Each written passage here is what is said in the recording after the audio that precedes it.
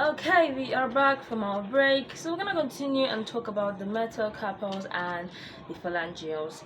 So these are not really broad, but we're gonna talk about them because they are so essential. You may see them in your exams, and you'll be like, okay, I saw these things and they're simple and you read it, but we are gonna talk about it today and break it down for you guys to understand the nitty-gritties about the metacarpals and the phalangeals. So we're gonna start with the metacarpals, then go to the phalangeals accordingly.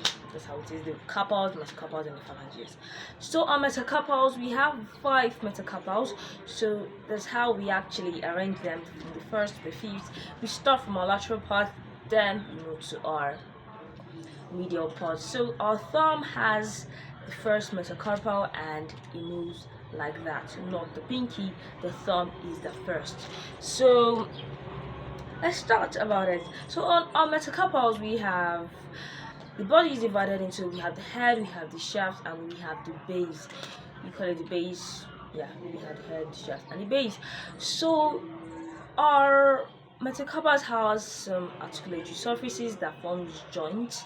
So we start from the base. The base of our metacarpals, they form a joint with the distal carpals of our wrist. And remember, I talked about this in our previous lesson, and we say that this joint formed is the carpal metacarpal joint of this part. Then the head forms a joint with our phalanges, and we call it the metacarpal phalangeal joint. It's literally the names that we're calling it. We just added a joint that makes it different. That is it. So on metacarpals, the shaft is a non-articulatory part. Looking at it, it doesn't really form a joint with anything. So we have some peculiarities of our first metacarpal. It's actually the shortest.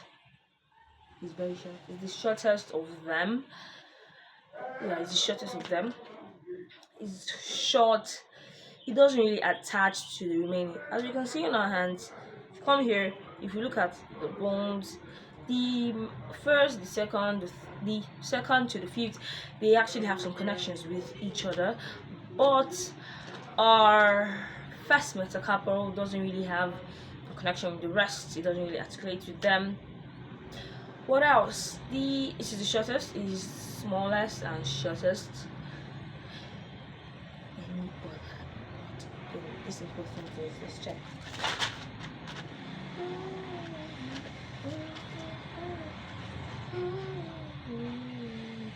And ironically, it's also the strongest. Yeah, you're gonna ask me why. It's actually the strongest because remember, we use our thumb for opposition. We can actually shift it to other parts of our fingers. It can do the action of opposition. Well, when we look at our other fingers, it doesn't really do that easily. But our first metacarpal does it very easily. That's why it's considered the strongest, the smallest, and the shortest. 3 S's, S cubed, remember. S cubed. Any other important thing?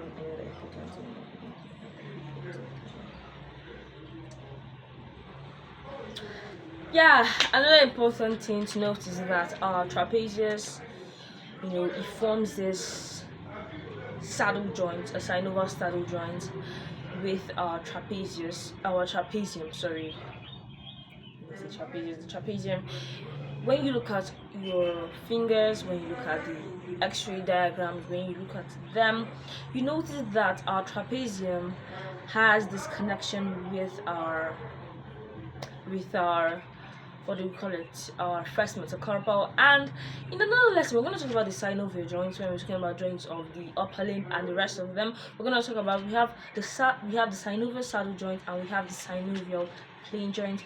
We're going to talk about these joints for us to have a better clarity about them, about how they articulate, and about the rest of stuff you need to know about them. So we're going to talk about it in another lesson, but stay there, we still on. So I've talked about some of the peculiarities that are really necessary.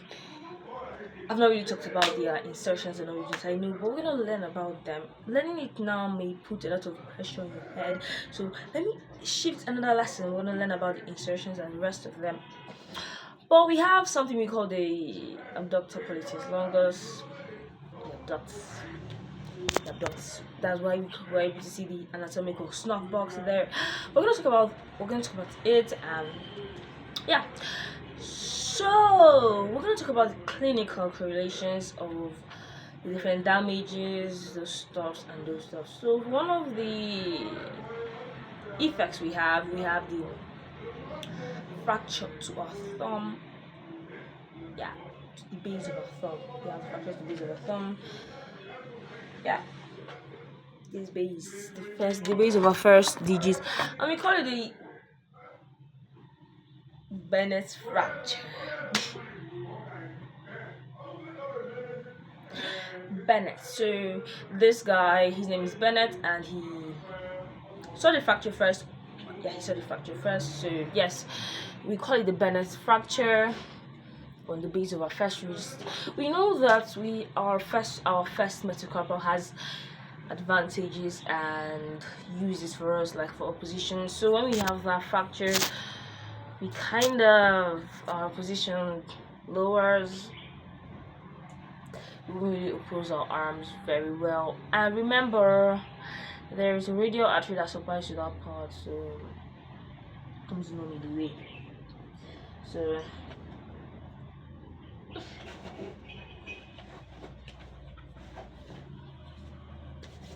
you won't be able to do this. Clench your fist, everyone. You can't clench your fist if you have a fracture to the base of your metacarpal or the first digit. You won't be able to clench your fist. Opposition will be hard. Writing, certain things you do with your thumb, because the thumb is very important. You can't write like this. You can even write like this. You can write like this, but you can never write like this. No, you can never write like this. Do you know this is like our thumb is really important. That's why we call it this one of the strongest, because you can write like this. Well, you can write like this. If this ones are not working, you can write like this. You write well. You can write like this. You can even say, let me even write like this. You will write well. But you don't feel write like this now. Not possible. Like you're not even making sense. Your tone must be there. So it affects us in writing and the rest of them. So we also have something we call the polydactyly. Polydactyly is having multiple fingers or toes. We have three types. We have the pre, post, and one that is in the middle. So the most common one is the polydactyly. That is the one where we have an extra pinky. If you notice, you have some friends that have an extra pinky. The predactyly is when we have an extra thumb. That is also common, but not as common as our polydactyly. This is normally caused for the thumb. Is actually caused. We all know that the thumb has just two phalanges, and at this point in our polydactyly our pre-polydactyly here, our thumb actually has three phalanges. Yeah, and so it's having two ends, a distal end and a proximal end. Remember, normally I've not gone to that part, but in our metacarpals, they have is in the ossification center. They have two centers for ossification. We have a primary center and a secondary center. The primary center is obviously from the shaft, but the secondary center of all of them, of each of these metacarpals, is actually at the head region. That's where we see the secondary center, the region of growing bone and everything. But for the thumb zone is at the base. Our thumb zone is at the base, but in the pre-polydactyly here, we see that the thumb now has two ends, the distal end and the proximal end. So an extra thumb might just pop up because of that. It could be due to genetic related things, those syndromes that we have, the Patau and the rest, Down syndrome and the rest of them. So we've talked about that. So let's talk about the ossification. I've said about the ossification. We have the two centers for ossification. We have one primary center and one secondary center. And mind you, these ossifications is endochondral. The same thing with our carpals, also endochondral. Most of this is endochondral. Only the clavicle and some flat bones of the head that undergo the intramembranous ossification from the membrane or mesenchymal tissue. So we're entering the phalangeals. The phalangeals, they're this. This is where we see our phalangeals and the rest. Remember, these are. What do you say? Your knuckle, chop knuckle, chop knuckle, chop knuckle. These are knuckle, right? I think so. Knuckle. Yes.